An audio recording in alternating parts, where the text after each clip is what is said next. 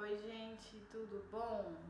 Eu estava com saudade de fazer videozinhos pra vocês depois dessas semanas aí sem nada, né? Tem um videozinho lá que era da segunda lei de Newton, tá? Então vamos retomar rapidinho a segunda lei de Newton, né? A segunda lei de Newton, ela relaciona, né, a aceleração adquirida por um determinado corpo devido à força aplicada naquele corpo, né? Então a segunda lei de Newton, ela diz que a força resultante num corpo, tá, é proporcional à aceleração daquele corpo. Na verdade, a aceleração é proporcional à força resultante, né? E no meio dessas duas proporcionalidades aqui, eu tenho uma constante, que é a minha massa, tá? Porque a massa, lembra, ela é uma constante, né? Então, a massa de um determinado corpo não varia, tá? Quando eu transfiro aquele corpo de um local para outro local, diferentemente do peso. Então, por favor, gente, vamos tentar, né, acabar com esse senso comum de que peso é massa. Eu sei que é difícil porque no nosso dia a dia a gente utiliza as unidades erradas, né? As pessoas utilizam as unidades erradas, tá? Mas vamos tentar nos policiar, né, com relação a isso. O peso de um corpo, tá, ele é a força de atração gravitacional. Então, o peso, ele é uma força, gente.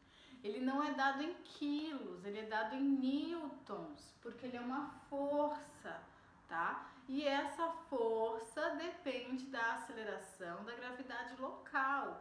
Então, o meu peso aqui na Terra, ele vai ser 1.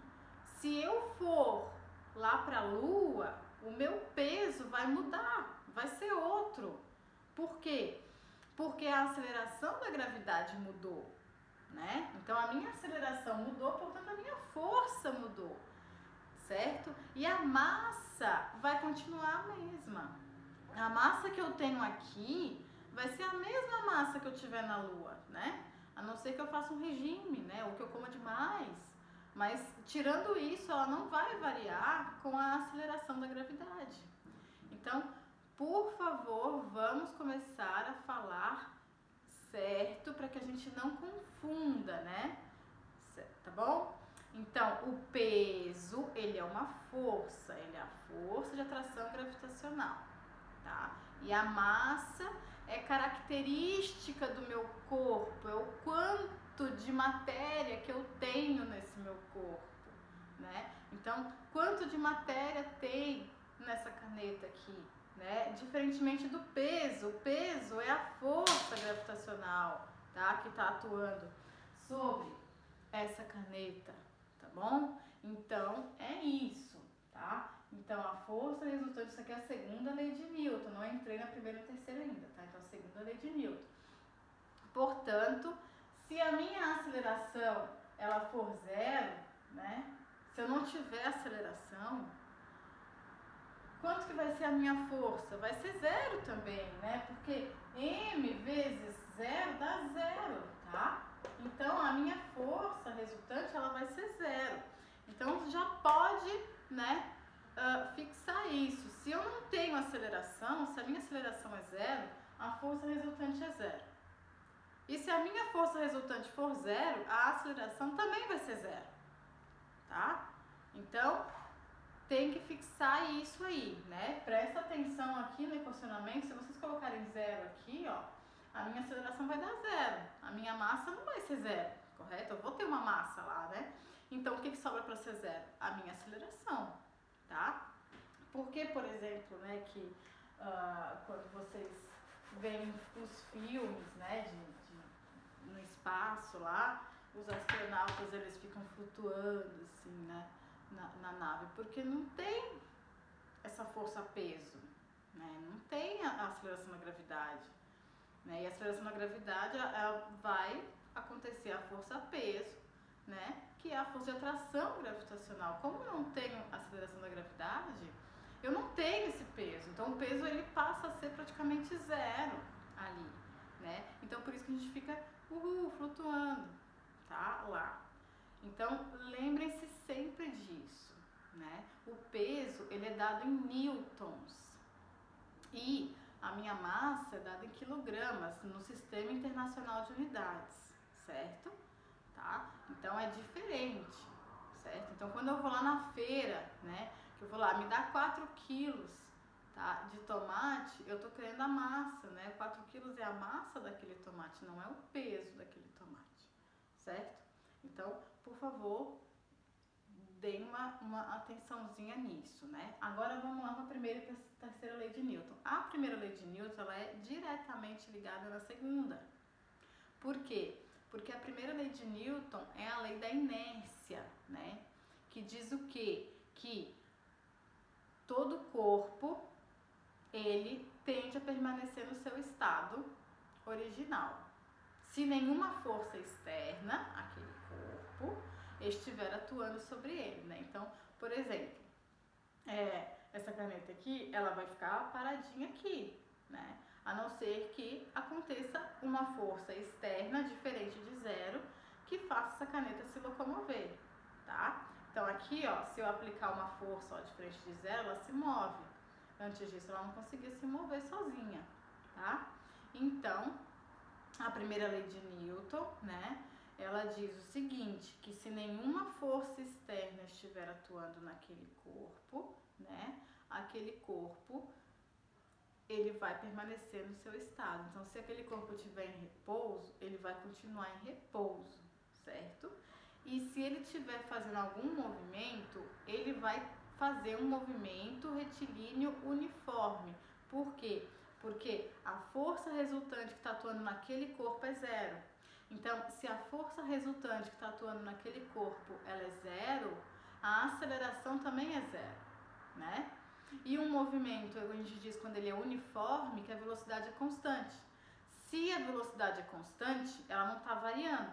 E o que faz variar a minha velocidade? A aceleração. Se a velocidade não varia, significa que a aceleração é zero, né? Então, vou colocar aqui, né? Então, ó, a força resultante atuando naquele corpo é zero, na primeira lei de Newton, né? Tá?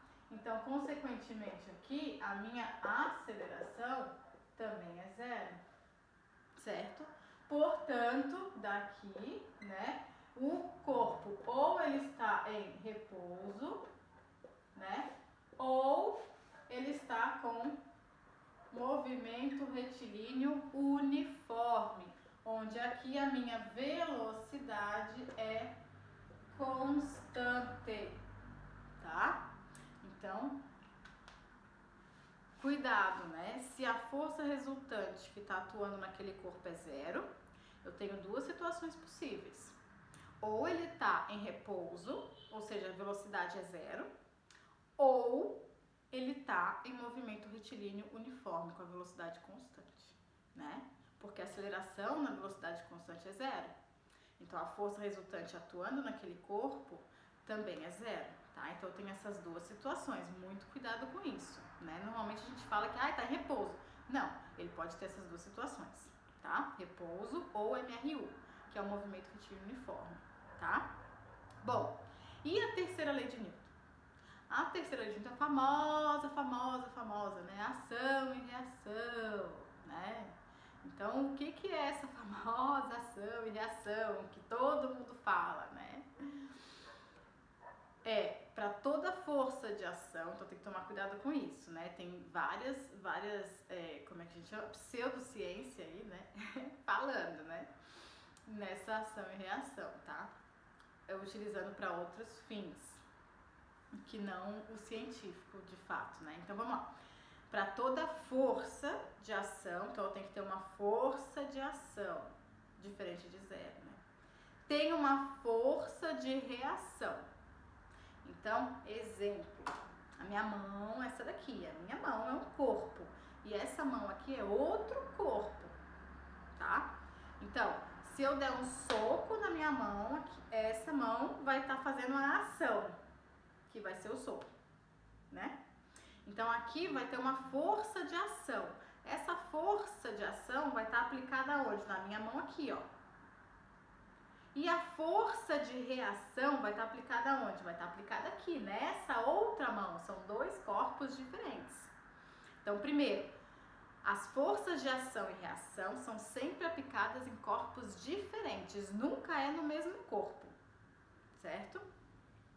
E os módulos, ou seja, os valores numéricos é o mesmo, eles são iguais. Então, vamos lá, recapitulando a terceira lei de Newton. Para toda força de ação, eu tenho uma força de reação, né, que está aplicada na mesma direção, ou seja, na direção horizontal aqui, né, em sentidos opostos, ou seja, contrários, né? Eu tenho a minha força de ação que está aplicada nesse sentido e a minha força de reação que está aplicada nesse sentido, né? De mesmo módulo, de mesmo valor numérico. Então, os valores são os mesmos, certo? Se eu aplicar 50 newtons aqui, a reação vai ser 50 newtons, não vai ser nem mais e nem menos, tá? E aplicadas em corpos diferentes, tá? Por isso que as forças de reação e ação nunca vão se anular, elas não se anulam. Isso é uma pegadinha muito grande, tá? Que acontece aí nos vestibulares e Enem. As forças de ação e reação são aplicadas em corpos diferentes, portanto, elas não se anulam. Não se anulam. Nunca se anulam, tá? Apesar de ser de ser o mesmo módulo, de ter o mesmo valor numérico. Elas não vão se anular porque estão aplicadas em outros corpos. Esse está aplicado nesse corpo e aplicado nesse corpo. São corpos diferentes, certo? Tá? Então isso é uma coisa muito importante, né? Então por que, outro fato que é importante, tá? Por que então, né, que numa colisão, por exemplo, tá, de um carro, né, e uma moto, por exemplo, vamos dizer assim, a moto sai mais destruída, já que a ação e reação tem mesmo módulo, não deveria sair mais destruída a moto, correto? Errado. Por quê? Porque o fato de sair mais destruída ou não tem a ver com a inércia daquele corpo. A inércia é uma propriedade da matéria, que tem relação com a massa, né?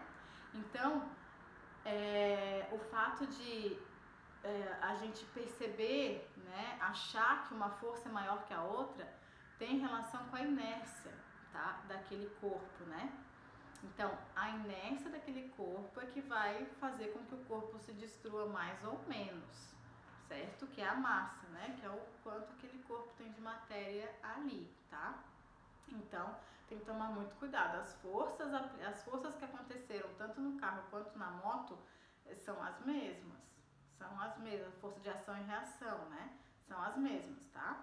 Então, a moto saiu mais destruída porque ela tem uma inércia menor. Então, ela tem uma resistência menor. A inércia tem relação com a resistência, tá? A mudança de movimento, por exemplo, né? Então, a inércia se tem uma inércia menor, tá?